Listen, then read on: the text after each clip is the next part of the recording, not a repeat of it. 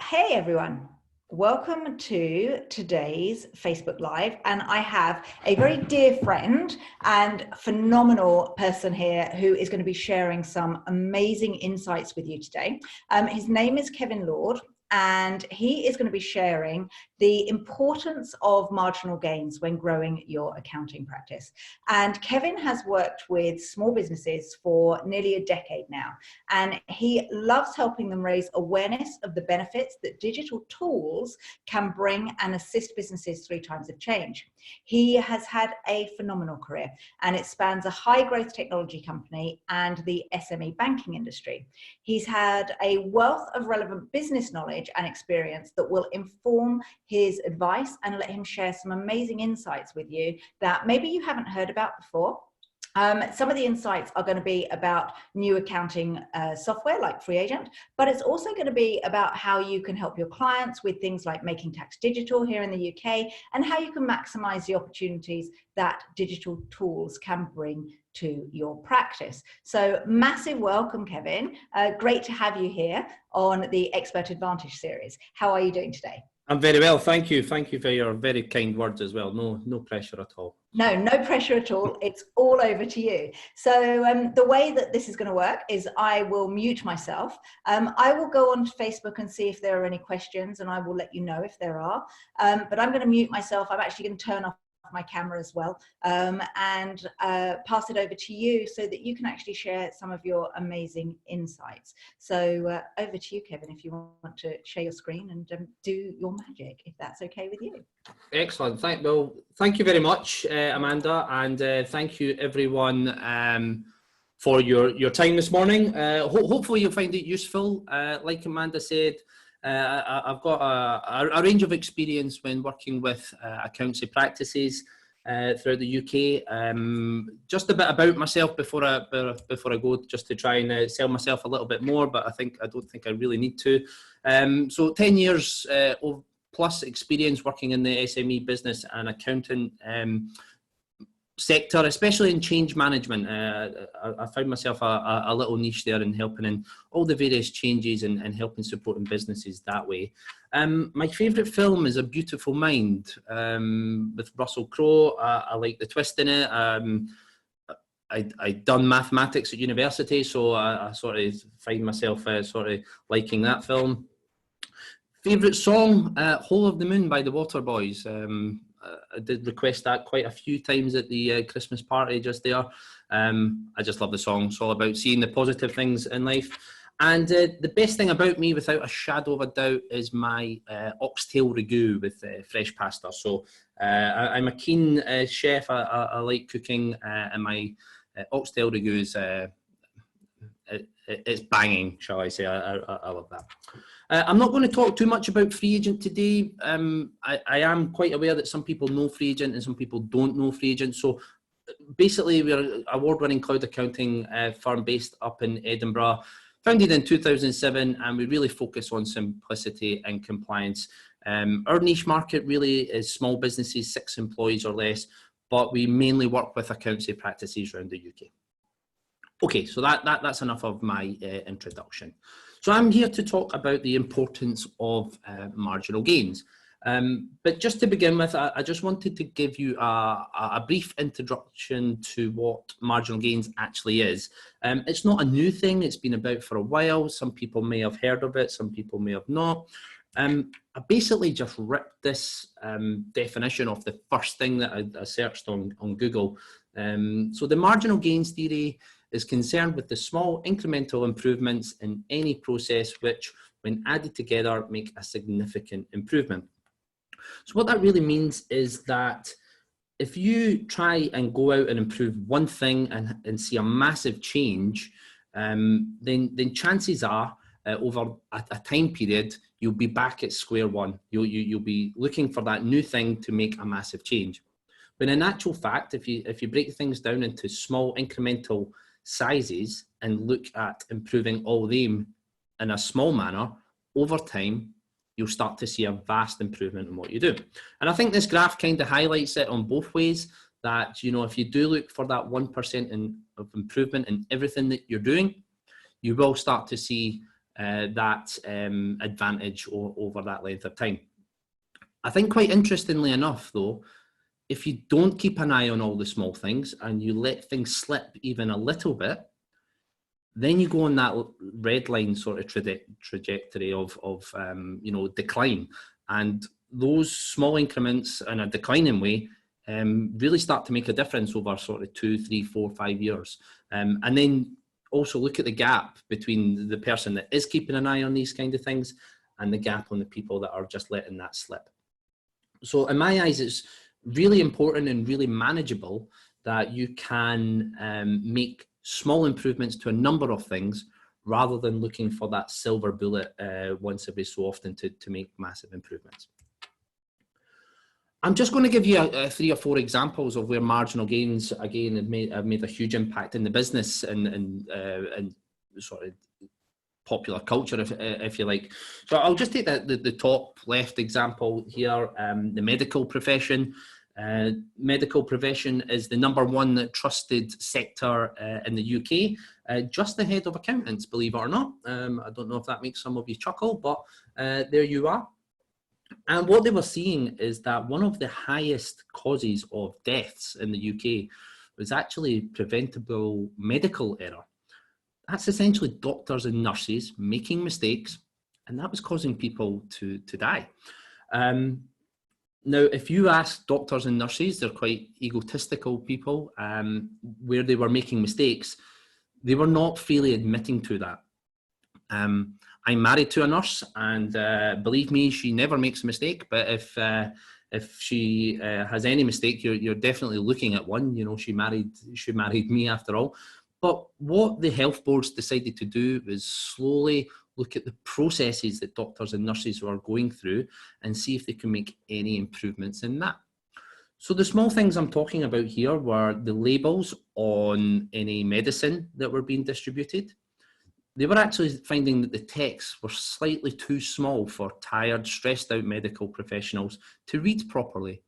So all they done was increase the text ever so slightly on the medicine that they were giving out. I don't know if any of you have been unfortunate enough to be in the hospital recently, but when you get a wristband at the hospital, sometimes they're color coded, and those mean certain things in the hospital. Perhaps do not resuscitate, or someone's allergic to something. But they were also finding out that a high percentage of the nurses or medical staff were colorblind. So they were making basic mistakes based on small things, and all they'd done was add text to the wristband saying, okay, purple, they might be allergic to penicillin, but they couldn't read that color. So these small improvements over time reduced the amount of preventable medical errors that were sadly killing people. And actually in one hospital alone in Kent, that rate dropped by 75%. Now, these are tiny improvements making a significant difference, okay, albeit extreme. But I just thought I would highlight the sort of medical profession. I'll just breeze through the next sort of 3 here. Aldi and Lidl, I'm sure we've all heard of there. I can't see anyone, but you know, I'm going to presume a number of people shop in Aldi and Lidl. And I don't know if you're aware, but they've actually been in the UK market for 30 years. They joined the UK market in 1990, and they had a very small market share, under 2%. But actually in recent records, so in 2019, their market share was well above 15%.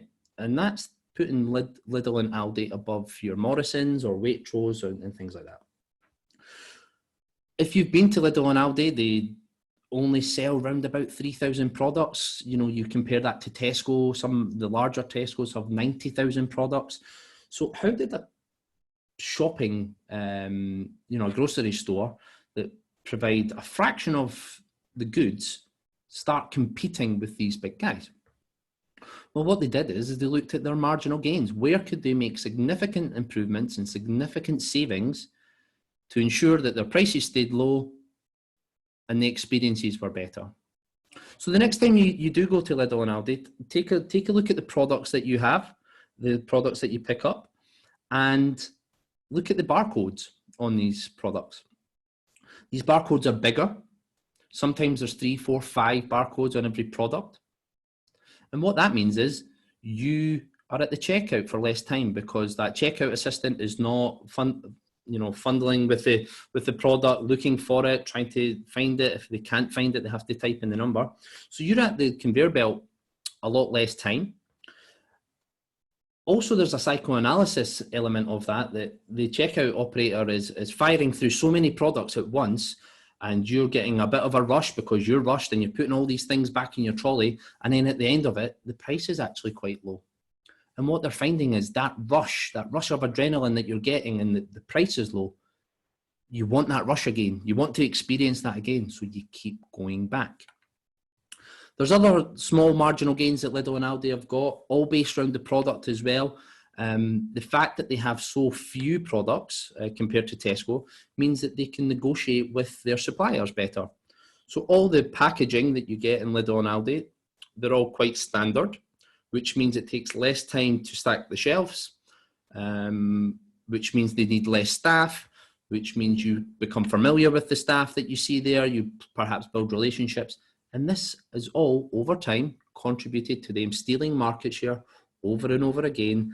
And now they are the third or fourth biggest grocery store in the UK. The next one, American Airlines. I won't go into this in too much detail. The airline industry is full of marginal gains. If you think about weight, or you just look at the bags that you can take on planes now.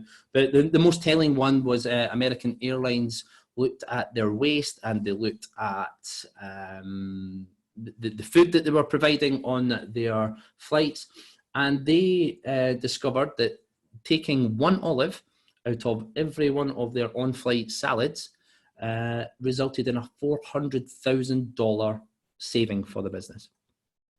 I'll just leave it at that, but one olive out of every salad resulted in a $400,000 saving for American Airlines. And then finally, this was really in the news last year. This is Eli Capucci, who is a marathon runner. He made headlines all around the world for running a marathon in under 2 hours in 2019.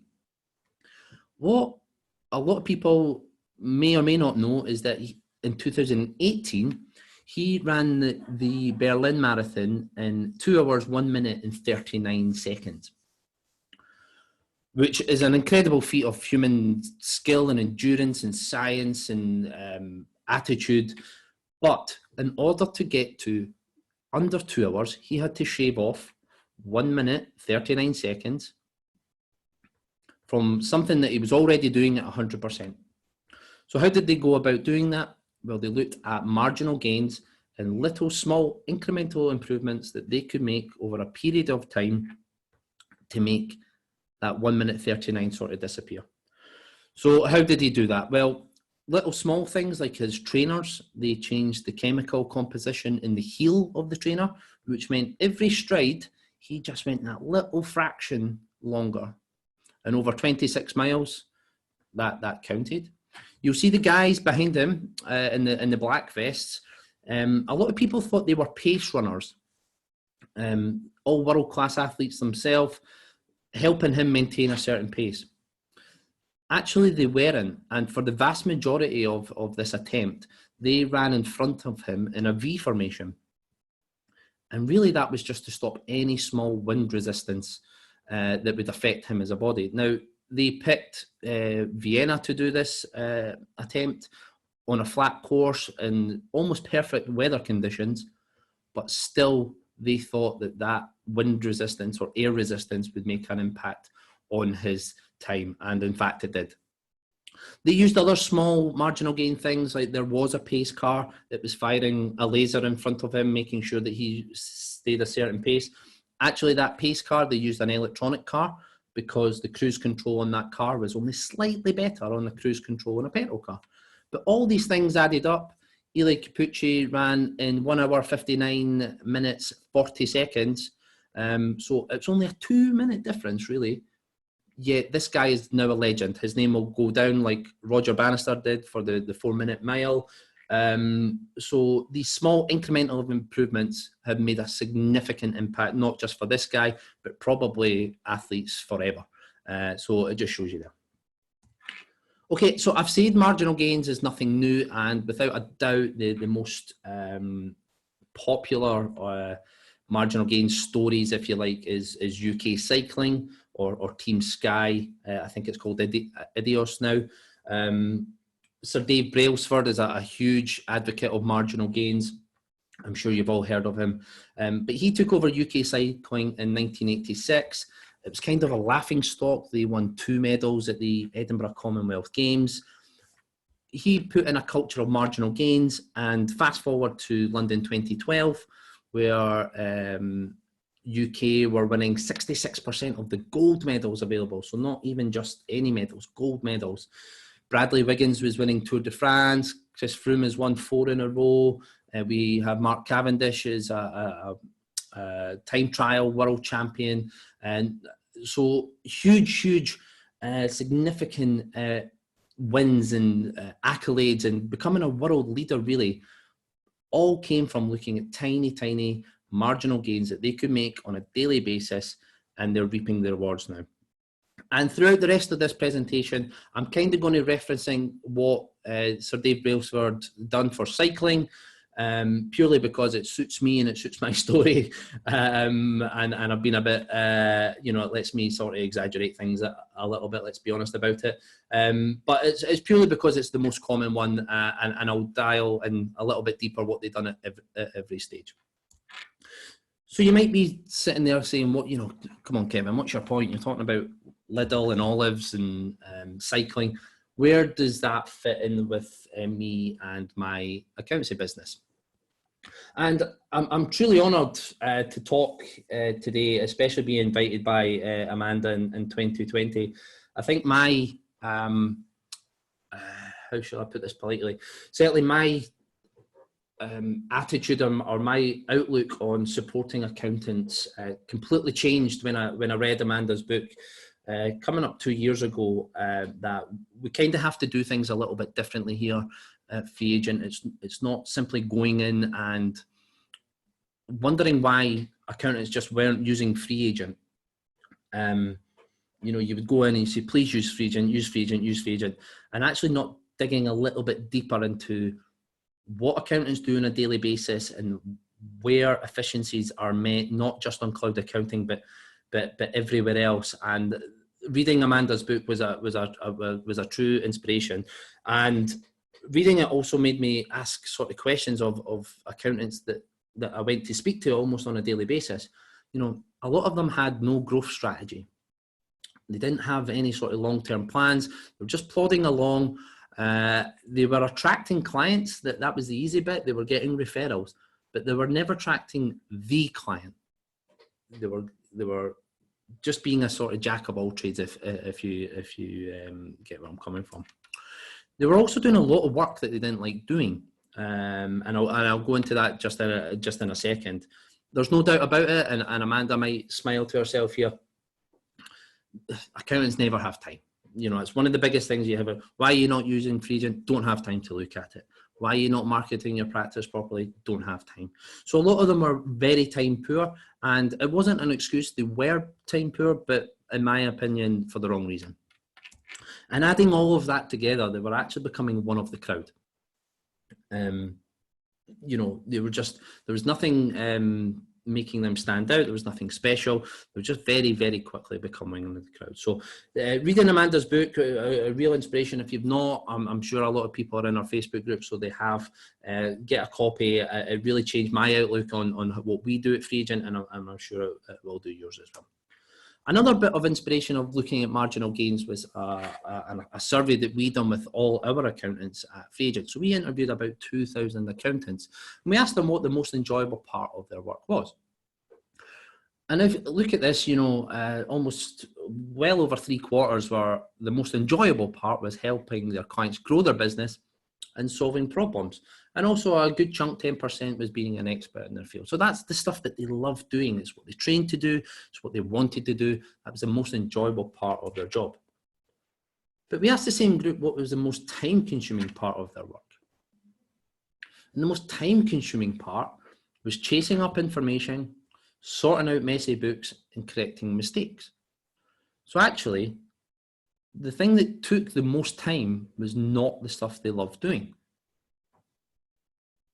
which conflicts one another. You know, it's, in my eyes, these time poor people were spending a lot of time doing stuff they didn't want to do. And this is really where my inspiration, and hopefully some of the tips and tools I'm about to give you, the digital information that's out there, or the digital tools that are out there, will help take away a lot of this pain, a lot of this time consuming pain, and will give you the time back to concentrate on supporting your clients. More importantly, supporting your business. I think a lot of accountants do forget that they're a business as well, but they've just not had time to sort of manage that properly. So what I'm going to do is give you some tips and tools that will help you win marginal gains. Try and look for those incremental improvements on all the small stuff that will hopefully take away all the time consuming parts of chasing up information, sorting out books, correcting mistakes, and then help you focus on the stuff you do like helping your business grow, helping your client's business grow, and attracting the right clients. Okay, so here are my tips and tools to win marginal gains. I've gained these from going out and talking to 5, 6, 7 accountants a day sometimes, seeing the people who have implemented software correctly or successfully, and doing quite well. So I would love your feedback on it. Ask any questions as we go along, and I'm sure Amanda will get to me at the end. Okay, so I'm going to stick with my cyclone analogy, and this stick man figure and this road and mountain is the highlight of my digital design career. This took me days, believe it or not. So I am not a designer, so I apologize for the crudeness of this image. So let's start at the very start, preparation. And like I say, I'm going to use UK Cyclone as inspiration and what they've done there.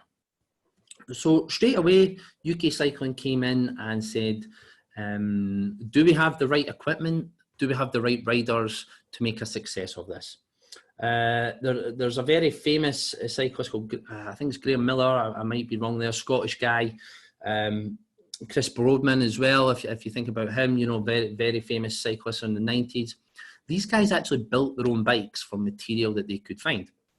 The Scottish guy, Graham, really famous for building a bike out of washing machine parts. So Dave came in and went, that's not good. We're not using the best material out there to build the best bikes, to be streamlined, to have the best equipment for our riders. They also looked at the riders, like I said, are they the right people? Do they have the right determination? What's their psychoanalysis like? Are they driven? Are they willing to go through the pain barrier? And then they were also looking at little things of, are we set up correctly? Are the bikes appropriate for each rider? And little small things that they discovered that they could improve. They put a simple blue tape on the saddle to make sure that the saddle was the same height for that racer. So you can imagine you're on your bike and actually sometimes your saddle's higher, sometimes it's lower, but they weren't getting full optimization from that rider because he lowered his saddle a little bit. So it's little small things like that, making sure that you're prepared and making sure you've got the best kit available to produce the best services. So where am I going with that really? Well, first of all, you've got to have the right mindset and commitment, and not just you, your staff as well. You've got to really commit to looking at your processes and looking at what you're doing on not a daily basis, but maybe a monthly, quarterly, yearly basis. You've got to be comfortable with analyzing what you're doing, being critical, taking feedback, and being willing to improve and change things. And that's just not you, that's your staff as well. You know, there's no use getting stuck in a rut, because what you'll find out is that you'll start doing the same processes that you've always done, and that will last 10, 15, 20 years, and they'll quickly become inefficient. So make sure that yourself have got the correct mindset, that you're determined, you're committed to this, but your staff are as well. I think this is more relevant now than ever before. Certainly when I joined Free Agent 5 years ago, not so much now. But you've got to get yourself mobile devices. You've got to get yourself a good laptop. You've got to get yourself a tablet and a mobile phone and be ready to take your work out of the office if you're chained to the desk and you're chained to having spreadsheets on the computer or paperwork on the computer, and you've not got Office 360 or Google Suite, anything like that, you are already being left behind by your competition. You've got to be able to work anywhere, work on the go, work in a coffee shop. It's just the way things are now. Granted, it's quite hard to switch off. I do understand that. But sooner or later, your clients are going to be dependent on you answering questions quicker than ever before. So you have to get the right mobile devices. And I just threw this in. I think this is really important, especially with social media sort of taking off massively now. Get yourself some good AV equipment. Get yourself a good camera, perhaps a tripod. You might see one behind me just now. I'm not saying go out and get a camcorder or anything like that. Sometimes, you know, the new iPhones, the camera in that are just as good. But if you get a good tripod, that means if you are recording a video or taking a photograph, the tripods are 15 quid. You know, at least that way the video is not shaking about, it's consistent, it's accurate. It makes you look really professional. And again, these are just small improvements that you can do that make a huge difference. So have a look out at getting that stuff done. Okay, so you've done the preparation. It's time to go to the start line and wait till you check out my design skills here. Look at that bike move. That took me days, believe it or not, to get there. So we're at the start line and you've got all the kit and you're raring to go. But actually, you get to the start line and you're on your new fancy bike that's streamlined and it's lightweight for you to go really fast. And you're on a mountain bike race. You've got the wrong bike. You've actually not done the preparation of what it is you're looking to do before you go out and do the actual stuff itself. So again, this is what UK cycling invested heavily in. They scouted every track. They scouted every stage of the Tour de France better. They added team meetings before the race so that they could get their tactics spot on. And again, to me, this comes back to what you have to do as a business. You have to ensure that everything you do is well prepared. And what I mean with that is, if you go out and go, we're going to be a digital firm, we're going to use FreeAgent, we're going to use Zero, we're going to use Practice Ignition, we're going to use CCH, and you buy all these systems and actually they don't work with the processes that you've got, you've lost the system v software battle. You have to look at your systems first, how you do things, and then go out and get the software that will help you do it.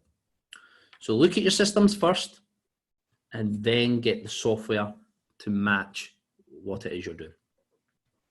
So I usually get asked the question, you know, what are you talking about, systems and blah, blah, blah.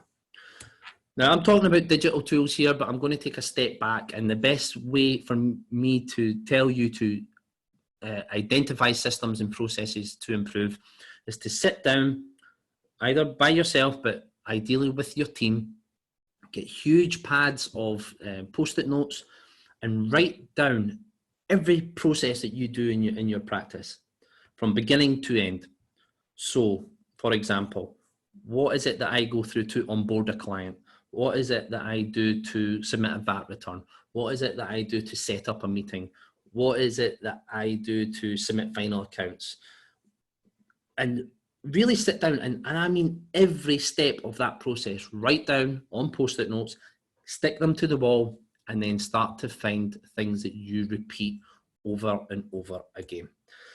And when you start seeing the things that you do all the time, these are the great places that you can automate and find the tools that will help streamline those processes. So that's the first thing that I think you should definitely do. Sit down and write down everything that you do as a business, as a practice, whether that be answering the phone, opening the mail, whatever that is, anything that you repeat over and over again is a great way to start. And that's where you will find the tools to automate that processes. And here's some of the automations that I'm talking about. So again, I'm going to make my wee bike move. And now we're looking at internal processes.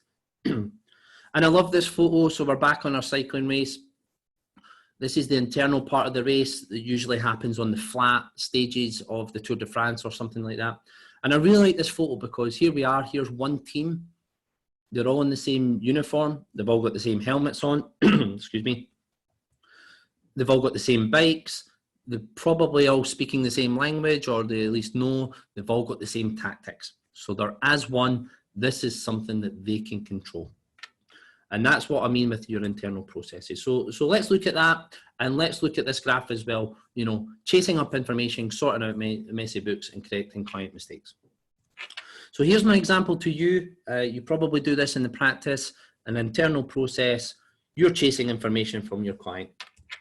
And the story might go like this, you know, you are doing a set of accounts for your colleague, for your client, and you need to clarify something. So you phone John, the joiner, and say, hi, John, it's Kevin here from XYZ Accountants. Just doing your books. I need you to confirm XYZ. Oh, I'm sorry, Kevin, I'm out on the road. I don't have that. I'll phone you back. So John phones you back, and you're in the middle of something, so you can't talk to him. I'll phone John back. So you phone John back, and you get his voicemail. And then he phones you back, and you have to stop what you're doing, and then you have to go and do things. Then you have to pick this up again. You know, how many times a day do you do that? How many times a day do you chase information? Do you stop what you're doing, go and deal with the telephone call, come back, think about what it is that you're doing, pick it up again? How many clients you got? Even if you're doing that 2 or 3 times a day and you've got 50, 100 clients, that all adds up to such a waste of time and mental, you know, it just drives me insane. You know, you're constantly doing that with distractions. Now, you can solve all that by using a really simple appointment app. You know, you've got Appointed, Calendly, Time Trade, Appointee. I know certainly internally we use Calendly. I know Amanda does as well. I've used that with her. You know, you could take that pain away. So let's just look at Calendly as an example there. Sorry, I'm trying to get that up. Hi, John, it's Kevin. I'm just about to send you a text or an email. Really need to talk to you. Can you book in a time that suits us? So then I send them a WhatsApp message or a text or an email. John, my client, can then book a time that suits him. It goes into both our calendars. And then that means that when I'm talking to John on Wednesday, we're both ready. We both know what's expected of us. And then we can take that forward. Now, Calendly has a free version. It'll suit 80-90% of the stuff that you need to do. And it solves that telephone tennis sort of scenario right out. You know, you're not constantly dropping things or leaving voicemails or waiting for information. You've got your call booked in and you can go ahead straight away. Other examples of wasted time that we can save with free digital tools, something like Zoom.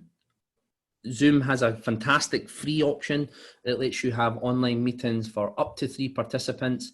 Anything more than 3, it's time. The time limit is 45 minutes. So again, this will last 90-95% of the stuff you're looking to do. So if you're traveling to client meetings all the time, you're in your car, you're not working, set up an online meeting. You know, if you've got the right tools, you've got a laptop, you've got a little tripod that you can set a camera up, you can have an online meeting, and rather than being in the car, you can just be more efficient and do your work there. The fantastic thing about Zoom as well is that it lets you record. So if you find yourself answering the same questions over and over again, what is VAT? What expenses can I claim? Record yourself doing a little video on Zoom. Perhaps have a large meeting such as this where you can train lots of people at one time rather than doing it all individually. Record that video, put it on your website. You don't have to answer that question over and over again. Go cardless is always a good one. You know, accountants want paid. Everyone wants paid quicker. Are you doing credit control? Are you chasing clients for money? Don't. Sign up to Go Cardless. Get those direct debits into your account quickly, and it's a much better way to do things. Auto entry, receipt bank. You know, if you're doing all your pre-accounting stuff and that's taking a lot of time, a lot of data entry, a lot of chasing information, then look at these guys, you know, to help alleviate that. And then my one and only pitch about free agent, but this could be any cloud accounting, you know. If you're chasing bank statements or messy transactional information, get an open bank feed set up. These bank feeds are coming directly from the bank now. There's no third party like Yodlee. It's accurate. You're getting it straight away. You're not chasing anything. Sometimes they're becoming explained automatically, so you're not correcting mistakes, anything like that. And all this sort of adds up to a huge time saving. So you're using Calendly. You're not dropping what you're doing. You're not leaving voicemails. You're perhaps saving 10 minutes a month per client doing that. You've got 50 clients, that's 500 minutes. You're not chasing getting paid because you've got Go Cardless set up, or you're not chasing data. We have shown in Xero or Intuit that using cloud accounting software saves you at least 20 minutes per client per month.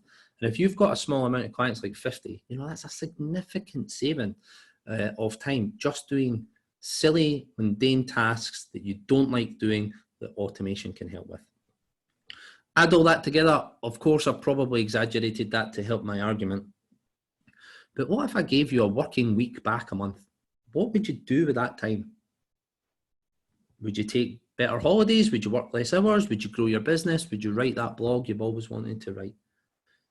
So these are small, significant gains. 2 minutes per client doesn't sound a lot, but when you scale that up, it really, really adds up. And the tools are out there to help you succeed in doing that. So we've looked at the internal systems very briefly. What about external? What about your clients and how you can improve that? And again, go back to my cycle analogy. We're going up the hill because this is the toughest part, dealing with your clients, of course. We've broken away from our team now. I love this photo as well. You'll see a range of uniforms here, different teams, different bikes, different helmets, perhaps different languages, different tactics. But because we're going uphill and because the cyclists have to reach the top of that mountain, these guys actually are working together to get there. They have to, work in conjunction to help air resistance and pull each other up that hill for the final battle at the end. So I think this is a great analogy for you. You're all doing different processes with your clients. You're perhaps speaking different languages in business terms. You're doing different things, but you have to help each other get to the top of that hill. Now, a great thing that I hear from a bunch of accountants is my clients won't do that. I know best, they don't do that. And I always say, really? Have you asked them? No, I know my clients, they don't. And I'm going to challenge that. And I see it a lot with free agent. My clients won't use that. They don't use phones. They don't use laptops, blah, blah, blah. They're just happy sending me a bunch of receipts and I'll sort it with them. I hope this story of my journey to Accountex dispels that. I will caveat that I am not a techie person. I know I work for a software firm and I'm talking about change management, but I don't think I'm a techie person. I've got the iPhone 6 here. It's an iPhone 6, so I don't rush out and buy the new iPhone. It's just not the kind of person I am. But technology is so ingrained in my day-to-day life. Hopefully my journey to Accountex backs that up. Okay, so I go to Accountex. We're in Edinburgh. We fly down to London the day of Accountex. Need to set a couple of alarms.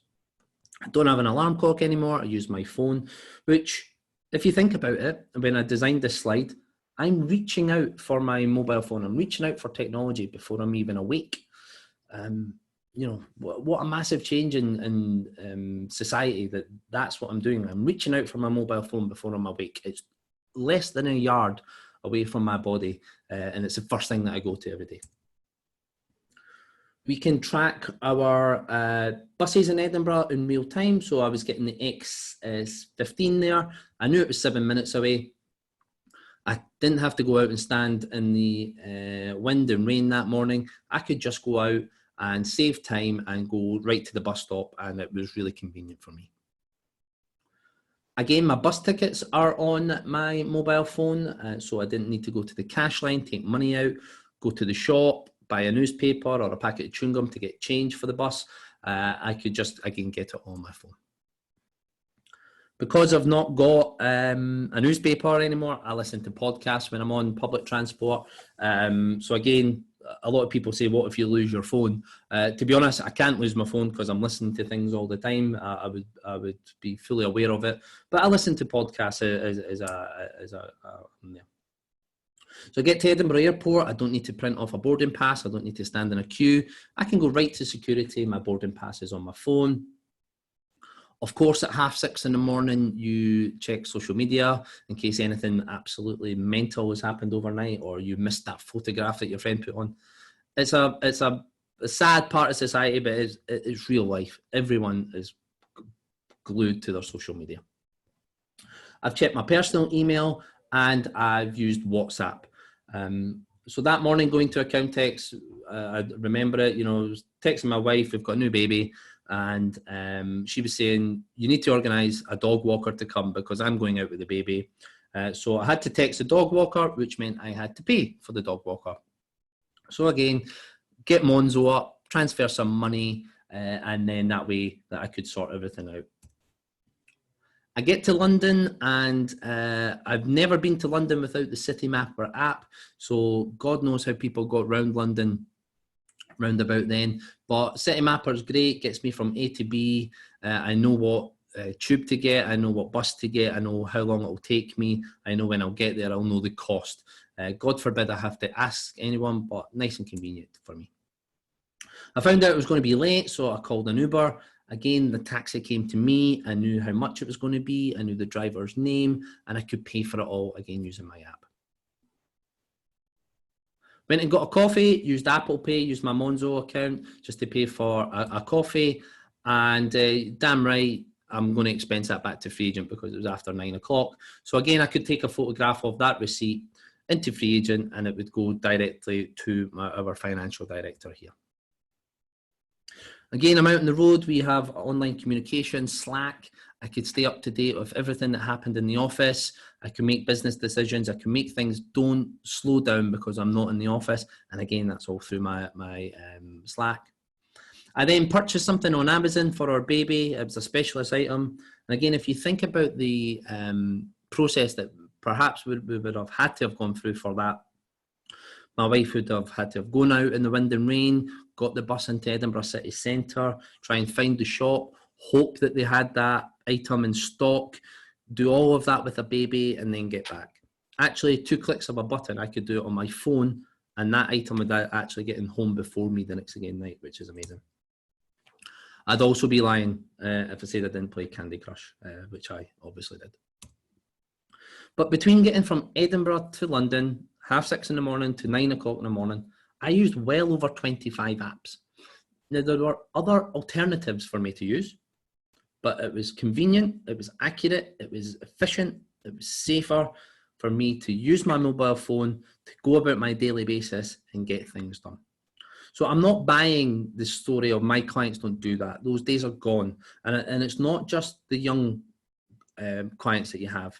Stats show, the World Economic Forum done a research that actually 75% of 51 to 65-year-olds use social media at least once a day on their phone, on their tablets. So people are starting to use their phones more and more. So how do you go about asking your clients what to do? And like I say, you really, really need to get in and find out who your clients are, what they do, and more importantly, what they want. So again, there's free tools out there. Don't be scared to sign up to these things. There's usually no commitments to them. SurveyMonkey's got a great free facility. Google Forms as well, which is fantastic. And the last one is Client Heartbeat as well. These are fantastic, not only to find out what your clients are actually doing and what they want, but you could get customer satisfaction scores, really find out where your issues are as a business as well as your clients. So look at these tools and get asking your clients what it is that they're doing. And here's just some examples that I found that successful digital firms are asking their clients. What services do you use? What's your main source of income? What are your social media tags? I think that's a really important one. Do you follow all your clients on social media? If you don't, you should. You will find out so much more about who your clients are, what they're doing, so much more than a 1-hour meeting once a year. And it really improves the service that you can give them oh, I saw that you've done this, or I saw that you're doing that, I can help. Rather than once a year, let's look back at what you've done last year and do the boring stuff. How satisfied are you with their services? You know, that's really important. What technology did they use? You can learn from your clients, you know, oh, you use that tool, I could perhaps borrow that. And then an important one at the bottom, how would you like me to communicate with you? You know, not everyone reads emails. Amazingly, IT contractors don't read their emails. So perhaps you have to change the way you communicate with your clients. Set up Facebook groups like we are on today. You know, I'm sure I'm preaching to the converted here, but set up Facebook groups, Instagram, kind of popular. Tweet your practice news and your services, tweet information, tweet content, use LinkedIn properly, connect with everyone. One I'm seeing come up more often than not is WhatsApp as well. You know, a lot of clients are responding to WhatsApp. So keeping engagement high. If you are using emails, you know, emails are open more on mobile than desktop. It is still the #1 communication. But again, I'm going to talk about marginal gains here. How do you get more of your emails read? Something under like 10% of emails are read, and that's because they're being viewed on the mobile. So what you need to look at, that if you are sending an email, people are only really seeing the first 3 lines. So if you're saying, hi, Sarah, I hope you're well, the reason you're emailing that person is being ignored and you're not getting the marginal gain there. So you have to change the way that you are structuring your emails so that the chances are more and more people can engage with your email and open them up. So you may as well not have typed any of this, and you're completely wasting your time. So how do you do that? Well, first of all, the first line of your email is why you're emailing that client. You should then put a reward in, what's in it for them. Request next steps, always ask them to do something. But here's your kicker. Add a PS, adding value through content. And I'll give you an example here. So here's the email now. Imagine Sarah got this on her mobile phone. The reason I'm doing this, I spoke to you yesterday. I've set you up with a free agent account. You should have had something to do. So that's your relevance. This is why I'm emailing you. Here's your reward. The reason I've set you up for free agent is it'll do this. It'll help you get paid quicker because of credit control. Now, can I ask you to do something? I want you to do something. Let me know when you're doing it. But here's your PS. So most people would open that email, quickly scan through it, and then read the PS. So here's where you add your value as an accountant. I've seen that you have some issues with website design. I found this training course helpful. Now remember, this is all about marginal gains. Some people will still ignore their emails, but we found at Free Agent, this is how we structure emails. So the next time you look at emails that you get from Free Agent, have a look at them. They're structured like this. Our read rates have went through the roof compared to our old emails. So this is all about marginal gains. You don't want your emails to be ignored. Even if slightly more people are reading them, then you're winning there. Now, I'm just very quickly, I'm kind of went a minute over, very quickly going to talk about social media and how important it is. I'm pretty sure most of you do all this anyway, but just to highlight some facts here about social media, if you're not using it, I'm going to concentrate on the bottom one, or the bottom 3 really. People turn to social media to for information and reviews. 90% of social media users use it to communicate with their businesses. They don't pick the phone up, they don't send an email, they go to social media first. But amazingly, 78% of people said that posts by businesses they follow impact their decisions. If you've got a poor social media presence, a poor website, people are being turned off with it. So it's vital to get marginal gains in there, make sure things are coordinated, they're consistent, and you're doing things well. I'm just going to highlight LinkedIn as an example. And here are the marginal gains you can get at LinkedIn. So look at your profile. And the reason I use LinkedIn, it's the #1 business-to-business platform out there. LinkedIn changed their algorithm all the time. And if you post something on LinkedIn, it doesn't automatically go to the top of news feeds. So what you want to do is you want to make small changes to your profile to make sure that you trick the LinkedIn algorithm to make sure that the content that you put and the content that Amanda really advises you to put is read and can reach as much people as possible. You want to reach everyone. You want to reach all your clients. You want to reach your clients' clients and get that network growing so that this great stuff that you're doing is read by the maximum amount of people. So here's how to do that. So first of all, you want to go into your profile and edit your profile. Get a standard professional looking photograph and header. If you've got yourself standing at a bar in Ibiza or whatever, you don't look professional. Get a professional looking photograph and header that's consistent. Now under headline, a lot of people put their job title. You'll put senior accountant or a director. That means nothing. If I put digital enablement manager, which is my job title, what on earth does that mean? That means nothing. You've got 220 characters on the headline part. Don't put your job title. Put it as what you do and how you can help people. It's the first thing they'll see on your posts, and it's the first thing they'll see in the profile. So make sure you really highlight what it is that you do. Under education, so many people put school. No one cares that I went to St. Augustine's in Edinburgh. Nobody knows if that's a good school or a bad school. So under education, put your experience. What is it that you do? Why are you an expert? There's other, just underneath that, you see add new education. You can put your school in there if you want. So just make sure that you use this space efficiently enough. Underneath that, you've got your profile, about you. Now, a lot of people just put what their job description is. Don't do that. Write about what it is that you do, how you can help, what your experience is. Use words like experience. I'm passionate about this. I support people doing that. My views are this. This is all about tricking the LinkedIn algorithm. If you are a copy and paste person, you will not stand out from the crowd. LinkedIn reads all these profiles, it gives them a score, and if you've got some individualism there, if you're different from everyone else, your posts will go higher and be seen by more people. Also, add some media there. Use your new tripod. Record a video of yourself. Introduce yourself. What is it you're doing? Put your website there. Again, this is all about tricking the algorithm into getting your content seen and getting you higher up there. And then just finally, when you're posting, I know Amanda's good at this. You'll see that I've CC'd Amanda in there. When you're posting, don't just copy and paste an article from BBC News or whatever it is. Really ask questions, ask insightful stuff. So here you can see, what's the most important digital tool that you use. I've used hashtags. I've CC'd a lot of people who I think are inspirational in. Don't hesitate to do that. It's okay. People don't get offended by it. They usually like it. And as you can see, I've had 3,500 views of this feed.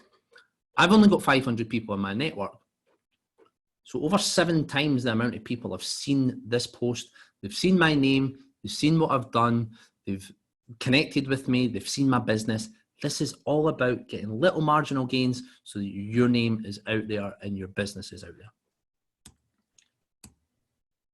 So just my quick tips on social media. I won't go through them all because I'm running out of time. I do apologize. I spoke quite a lot. But check your feeds daily, respond promptly. Definitely follow your clients and their business and the industry leaders and share content. But don't just share it. Comment on it. Provide insights. Provide commentary. Really showcase your expertise. Showcase your practice.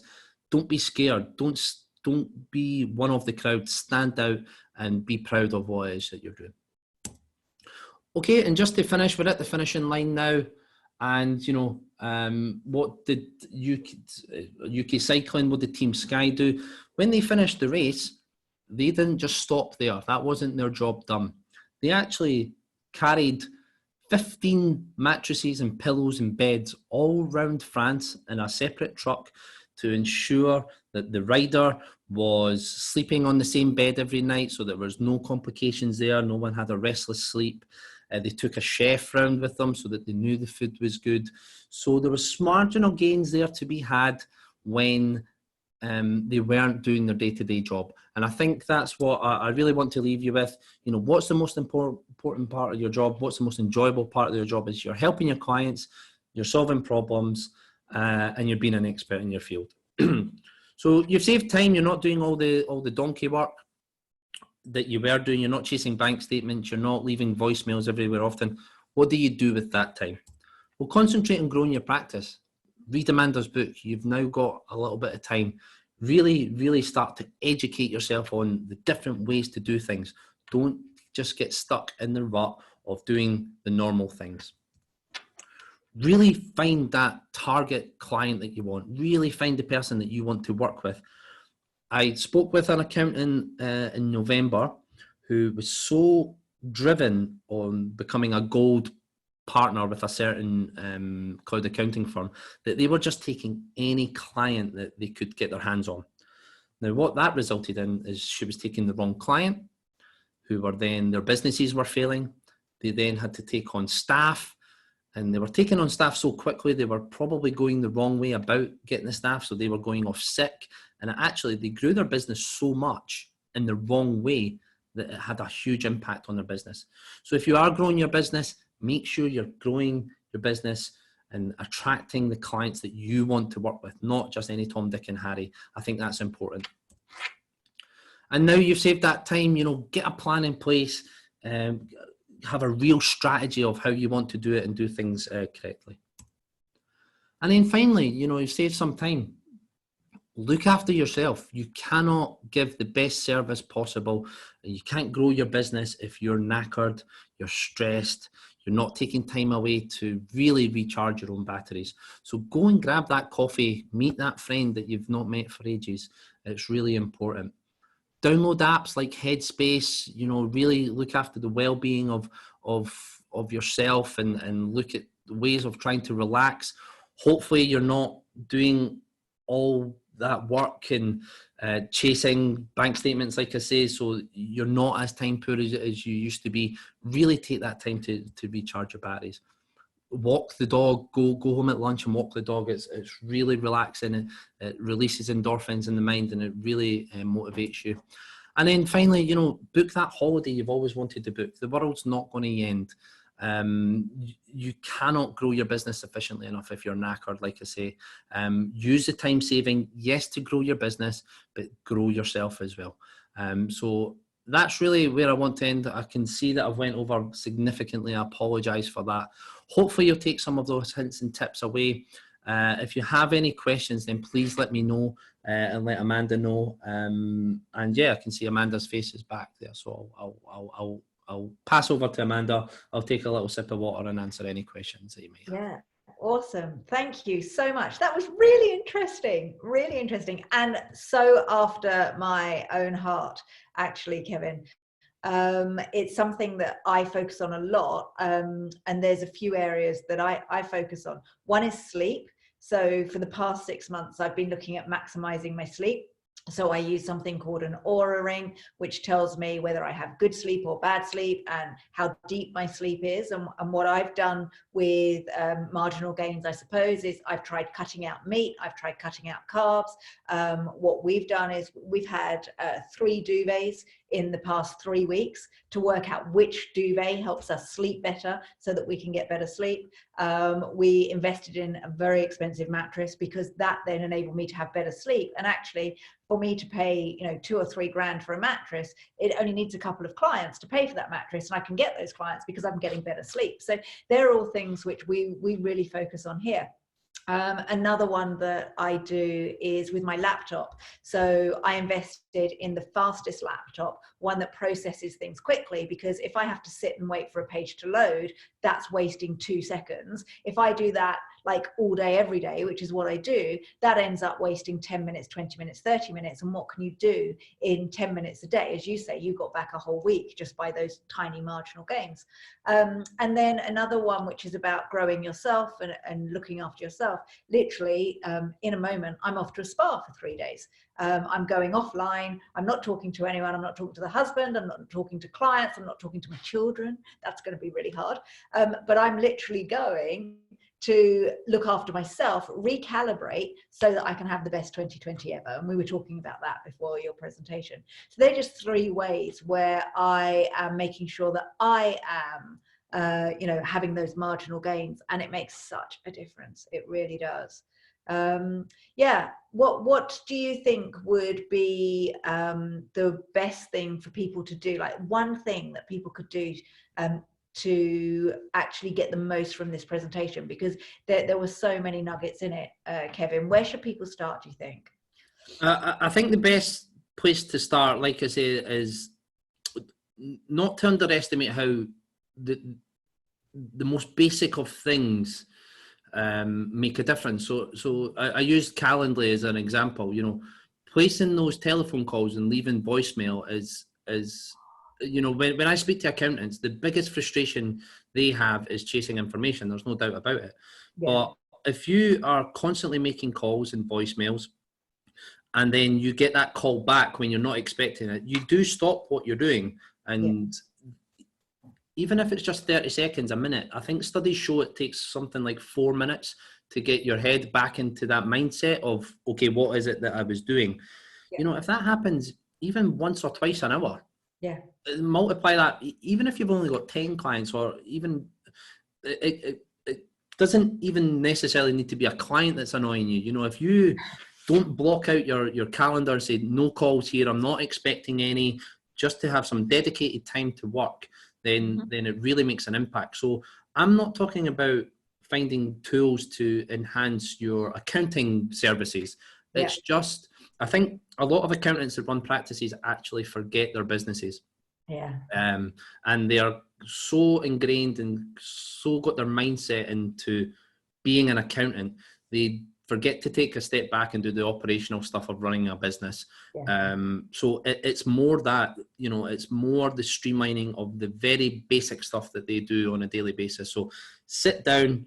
The post-it note exercise, I think, is the most important one. Sit down and write everything that you do step by step, and you'll probably say, why do we do that? We don't even need that. You know, and it might not even be a digital tool that you need.